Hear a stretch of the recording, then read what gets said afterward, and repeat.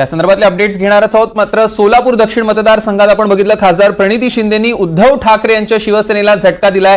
अपक्ष उमेदवार धर्मराज काडादी यांना थेट पाठिंबा देत त्यांनी विजय करण्याचं आवाहन या मतदारसंघातील जनतेला केलं आहे। त्यामुळे ऐन मतदाना दिवशी सोलापुरात महाविकास आघाडीत फूट पडलेली आहे।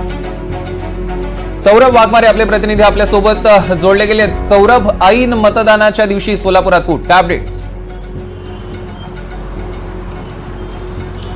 सौरभ, आज सकाळी प्रणिती शिंदे आणि सुशीलकुमार शिंदे हे धर्मराज काडादी यांना घेऊन जे आहेत ते मतदान केंद्रावरती आले व सुशीलकुमार शिंदे व प्रणिती शिंदे व सुशीलकुमार शिंदे यांच्या ज्या पत्नी आहेत त्या तिघांनी मिळून मतदान केलं।